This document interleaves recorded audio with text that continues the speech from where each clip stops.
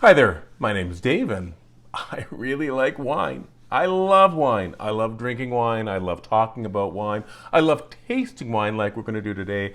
And I even do some wine touring with my small company.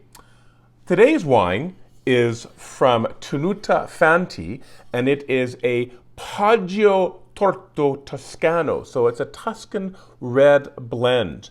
And the name Poggio Torto, by the way, as I'm looking at the website, means leaning hill because there is an odd looking hill in the front of the winery, which is how it got its name.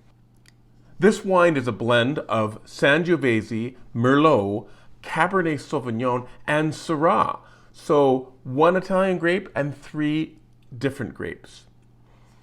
This is a wine from Tuscany and is sometimes referred to as a Super Tuscan. The reason they're called Super Tuscans is because they don't just use regular Italian grapes. They add international grapes into the blend. And what happened was they would have to sell it originally because it didn't qualify as an indigenous Italian wine. They would have to sell it as table wine. They decided to call themselves Super Tuscans, so to differentiate themselves from the other table wines that were available.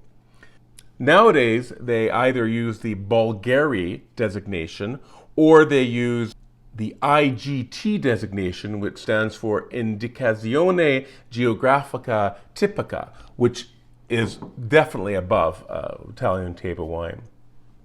Tuscany, of course, is in the center of Italy, and I'll tell you, it's a wonderful place to visit. My family visited there way back in 2000, and it's a lovely, picturesque part of Italy.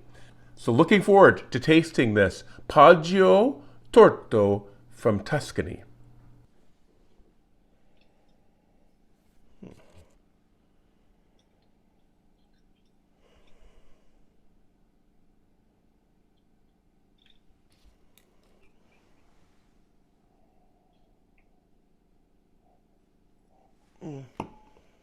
I said appearance, clear, deep ruby. Because I looked at this, looked through the wine, and I couldn't see the stem when I looked down, so I thought it was deep.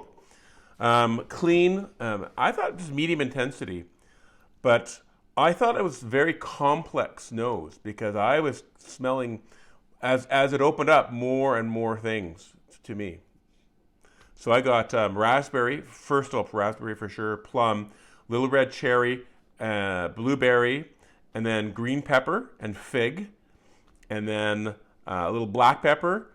And then on the oak side, I got some cloves and some cedar and some smoke. And then on the sort of aging side, because mine is much older than yours, tobacco. And I got wet leaves. I don't usually smell wet leaves, but I was trying to figure out what it was. I think, yeah, I think it's wet leaves and earth. Compared to the one last week was like bursting with fruit flavors that I got, and then we tasted it. It was like it was good, but it didn't have all the flavors. This one, it seems like the nose is a little more subdued. There's lots going on there, but it's a little more subdued. It doesn't smack you in the face like that other one did. So let's taste this one now.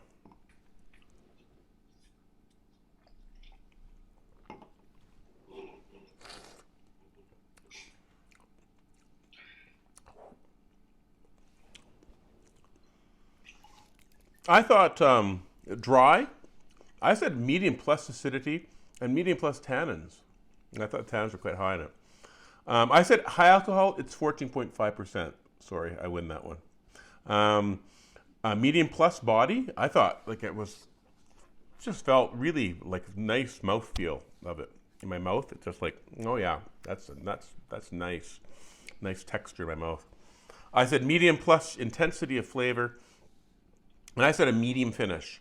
I got tobacco and cedar right away. Like tobacco and cedar, like super, like that was the first taste I got. And then I got an underlying blueberry, plum, some smoke, and some black pepper. So I got a ton of things on the nose, and certainly less on the palate, but that's normal. I was trying to decide whether it was rounded or not. it was a little, not quite as rounded as I was like. Remember the one last week had a nice roundness to it. And this one, I mean, it's good, but I mean, I could even think of it aging for a couple more years, right? It seems it has some to it that needs to be aged a bit. It was interesting too. Like I got up at part way and changed wine glasses because I thought, oh, it's a dirty wine glass. No, there's a lot of sediment, and I don't know if it's just my wine, but I can see on the sides if I go like this, there's like sediment clinging to the side of my wine glass, and I don't know if I just have one that's got more sediment in it or not. I don't know. But, I mean, it doesn't affect my taste. It tastes fine, right? I thought too, when you have food with this, oh, it's like, yeah, this is a really nice food wine. I'm having arancini tonight, and I think this is going to go so nice with it. What is arancini? Oh, risotto balls. Okay. So I make risotto. I make them homemade risotto balls. So, and I bake them. I've had some of yours. I think. Oh, okay, yeah, you probably have because I love making it. I understand that you're making some and freezing them for our camping trip in September. Yeah. Okay, I don't know if we have anything to bake them in, but yeah, that's the only problem. So I think this is going to be really nice with that because there's tomato sauce on top of it, and I think this is going to be really nice with the tomato sauce and the arancini and yeah. So I quite like the food nature of this.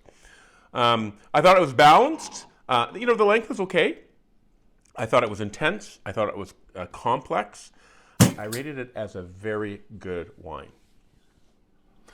Some wineries in the Okanagan that specialize in Italian-type blends or Italian-type grapes, such as Sangiovese, are Summerhill, Sandhill, Ciao Bella, one of my personal favorites, Bon Amici, and La Stella. So if you're going on a tour of the Okanagan, those are some of the places that have an Italian bent to their winemaking. If you are going to be in the Okanagan this summer and would like a wine tour of the region, which is customizable, flexible, and completely private in the comfort of your own vehicle, please follow the link down below where the arrow is pointing in the comments.